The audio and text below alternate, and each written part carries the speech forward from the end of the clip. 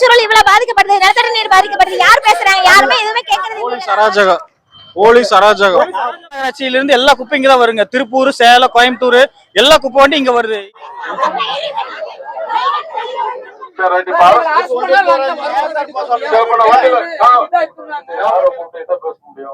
எங்களுக்கு உத்தரவு அரெஸ்ட் பண்ணுங்கன்னு சொல்லியாச்சு. மக்களுக்கு தான் பாதிப்பு. தற்சமயம் நொய்யலாத்துல இப்படித்தான் ஆரம்பிச்சீங்க. திசை தள்ளி விட்டீங்க, சாயப்படுத்தி விட்டீங்க, ஒருத்தர் கண்டுக்கல. இன்னைக்கு 180 கிலோமீட்டருக்கு விவசாய நிலம் எதுவுமே இல்ல. அரசாங்கம் யாராவது பொறுப்பேற்றுக்கீங்களா? தற்சமயம் போயிருவீங்க சார். தற்சமயம் ப்ராசஸ் கவர்மெண்ட் நீங்க ஏற்பாடு பண்ணீங்கன்னா பரவாயில்ல. இதனால எத்தனை பாதிப்புகள் எல்லாருமே தெரியும். பண்றதுக்கு பிளான் இல்லையா சார்? அதாவது தெரியும், சுத்தி குவாரிகள் தான் இருக்குது. உங்களுக்கு இதமான பாதிப்பு இது அது இல்லாம இது அரசு குவாரி. போன வருஷம் இதே பிரச்சனை வந்துச்சு. போன வருஷம் நீங்க வந்து என்ன சொன்னீங்கன்னா, இந்த ஏரியா கொட்ட மாட்டேன்னு சொன்னீங்க. ஒரு வருஷம் நீங்க கொட்ட வரீங்க. இது எந்த விதமான பாதிப்பும் உங்களுக்கு ஏற்படாது. பொதுமக்களுக்கு தலைவருக்கு எல்லாமே பாதிக்கப்படுறோம். நோய் எதிர்ப்பு வருது. போன வருஷம் நிறுத்துறீங்க, திரும்ப ஒரு வருஷம் திரும்ப கொண்டு வரீங்க. பொதுமக்கள் யாரும் பாதிக்கப்படுறது? மக்களுக்கு தானே வரப்போகுது. மக்களுக்கு தான் பாதிப்பு.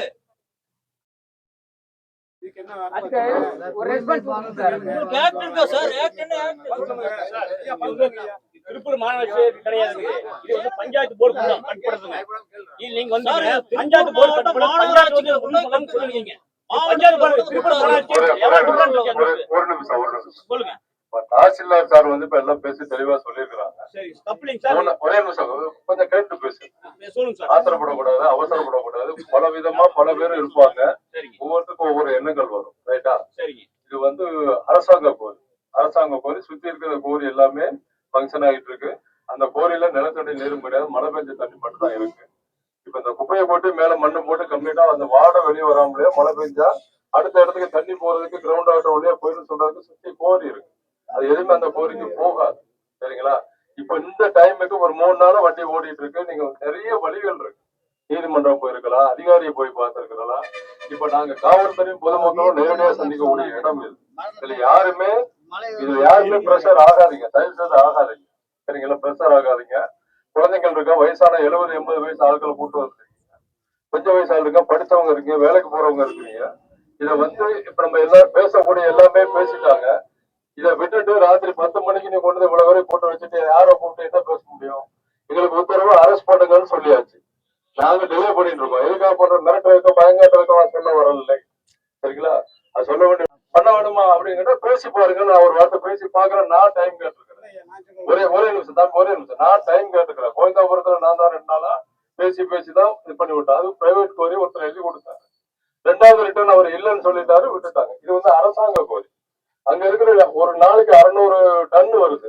ரீசைக்கிள் பண்ணலையா இல்லையான்னு சொல்லி கேக்குறீங்க இல்லையா? 150 சத்தமா பேசுறது பண்ணிட்டு இருக்காங்க தெரியுமா?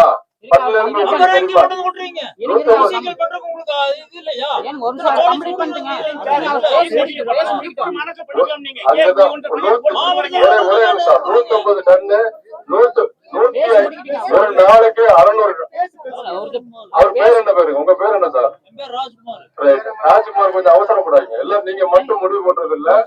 உங்க சைடுல இருக்க எவ்வளவு பேர் பேசுறாங்களோ அதே மாதிரிதான் எல்லாத்துக்கும் எண்ணங்கள் இருக்கும்.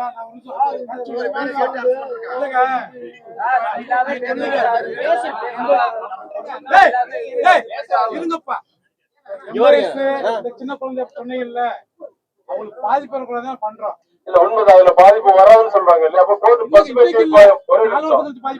இல்ல ஒரு நிமிஷம் கொட்ட வேண்டிய அவசியமே இல்லை. அங்க இடம் இல்லாமல் தான் 600 டன் ஒரு நாளைக்கு. ஒரு நாளைக்கு 600 டன். சரி, இப்ப அரசு பண்ண சொல்லிருக்காங்க. என்ன பண்ண போறீங்க? இல்ல அரசு பண்ண சொல்லிருக்காங்க. நீங்களும் அரசு வந்துடுறீங்களா?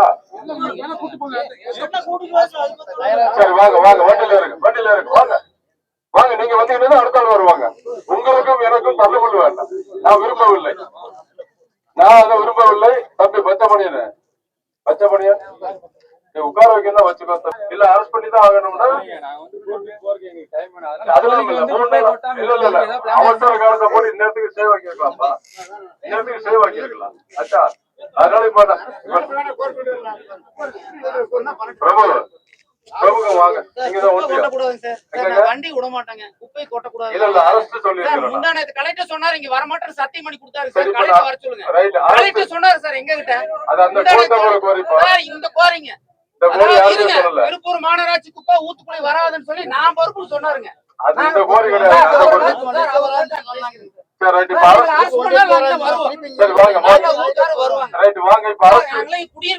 இப்ப அரசு சொல்லிருக்காங்க, வரீங்களா இல்ல நாங்க கூட்டு போகணுமா?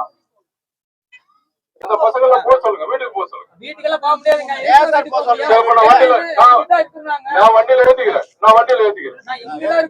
நீ இருங்க வண்டியில. நாங்க அரசு எல்லாருமே அரசு தாசில்தார் சொல்லிருங்க.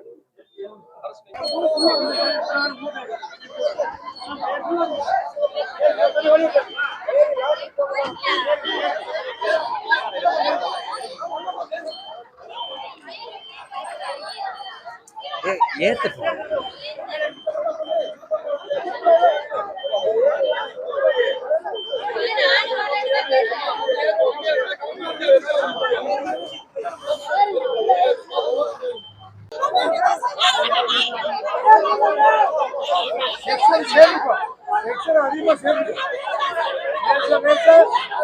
ரெக்கார்ட் ஆகுது, எல்லா செக்ஷன் சேர்ந்து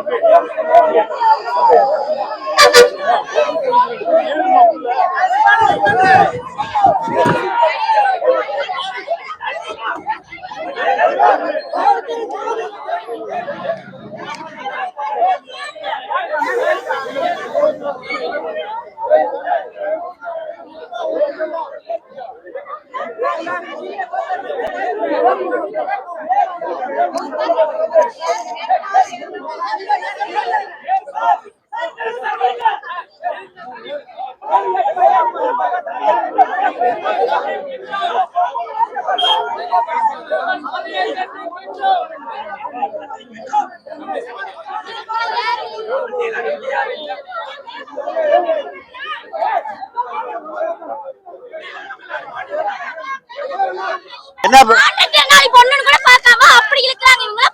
பொம்பளையா இருந்தாலும் அவங்க போலீஸ் தான் என்ன எங்களுக்கு இல்ல.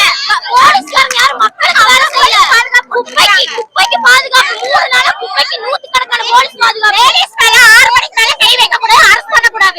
யாருக்கு அரஸ்ட் பண்றாங்க? 6 வண்டியில ஏத்துறாங்க. இதெல்லாம் ஜனநாயகம் இல்லையா? இதெல்லாம் கேட்க கூடாதா? குப்பைக்கு இருக்கிற மரியாதை இங்க இருக்கிற பொண்ணு பிள்ளைகளுக்கு இல்லையா? எப்படி இருக்குமா?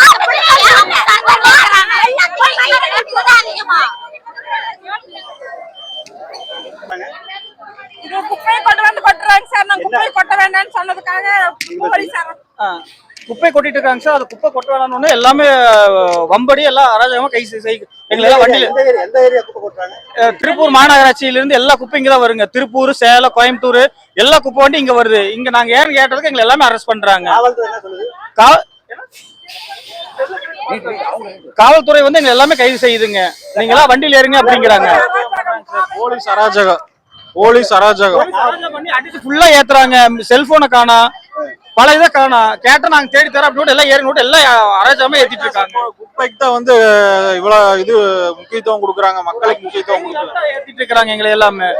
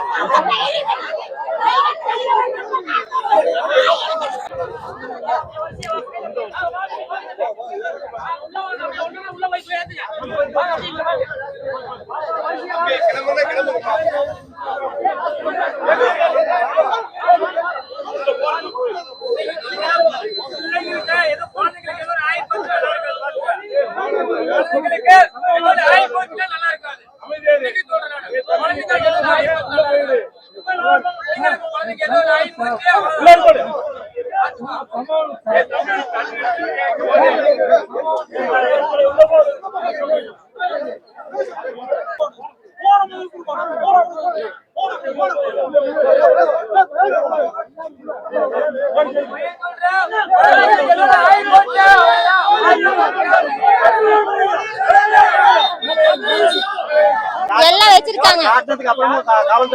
அவங்க என்ன சொல்றாங்கன்னா அவங்க வந்து இது வந்து தனி பொதுவான இது புறம்போக்கு, அதனால அப்படித்தான் கொட்டுறாங்கன்னு சொல்றாங்களே வரைய பொதுமக்களோட நலனை வந்து யாருமே யோசிக்கிறது இல்லைங்க.